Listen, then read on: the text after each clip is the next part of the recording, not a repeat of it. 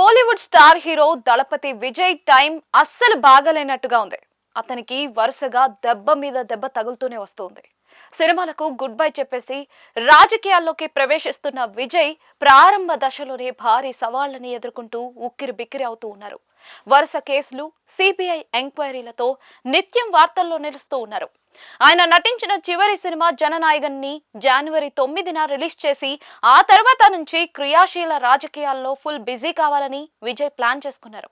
కానీ ఆ ప్లాన్ బెడిసి కొడుతున్నట్టుగా కనిపిస్తూ ఉంది.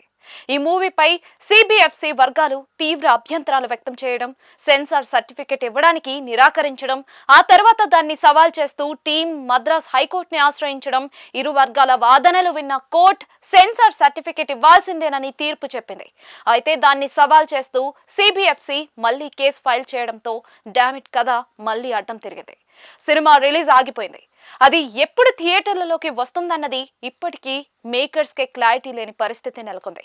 ఇదిలా ఉంటే కరూర్ తొక్కిసలాట ఘటన కారణంగా విజయ్ ఇటీవల చిక్కుల్లో పడిన విషయం తెలిసిందే.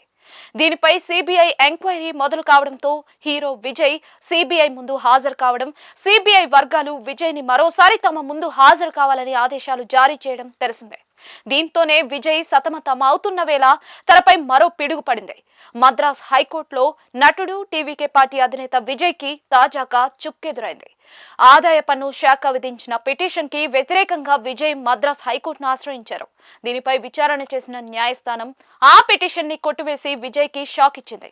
2015-16 ఆర్థిక సంవత్సరానికి గాను విజయ్ 1.50 కోట్లు జరిమానా చెల్లించాలని ఐటీ శాఖ నోటీసులు జారీ చేసింది. దీనిపై విజయ్ 2022లో హైకోర్టుని ఆశ్రయించారు. గత నెలలో తీర్పుని రిజర్వ్ చేసిన న్యాయస్థానం తాజాగా సదరు పిటిషన్ ను కొట్టివేస్తూ తీర్పిచ్చింది. ఇంతకీ ఐటీ శాఖ జరిమానా ఎందుకు విధించారంటే 2015-16 సంవత్సరానికి గాను ఆదాయ పన్ను రిటర్న్లు దాఖలు చేసినప్పుడు ఆ ఏడాది విజయ్ 35 కోట్ల ఆదాయం పొందినట్లుగా ఆదాయ పన్ను శాఖ మద్రాస్ హైకోర్టులో నివేదిక దాఖలు చేశారు. అందుకు సంబంధించిన మదింపుని చేపట్టిన ఆదాయ పన్ను శాఖ విజయ్ ఇంట్లో జరిపిన సోదాల్లో స్వాధీనం చేసుకున్న పత్రాలను చెక్ చేయగా పులి సినిమాకు తీసుకున్న 15 కోట్ల ఆదాయాన్ని లెక్కలో చూపించలేదని స్పష్టమైంది. దాన్ని దాచిపెట్టినందుకు పెనాల్టీగా 1.50 కోట్ల జరిమానా విధిస్తూ ఆదాయ పన్ను శాఖ ఉత్తర్వులు జారీ చేసింది. దీన్ని సవాల్ చేసిన విజయ్ మద్రాస్ హైకోర్టుని ఆశ్రయించారు. దీనిపై విచారణ జరిపిన న్యాయస్థానం ఫైనల్ గా ఈ పిటిషన్ కొట్టివేసి హీరో విజయ్ కి షాక్ ఇవ్వడం ఇప్పుడు చర్చనీయాంశంగా మారింది.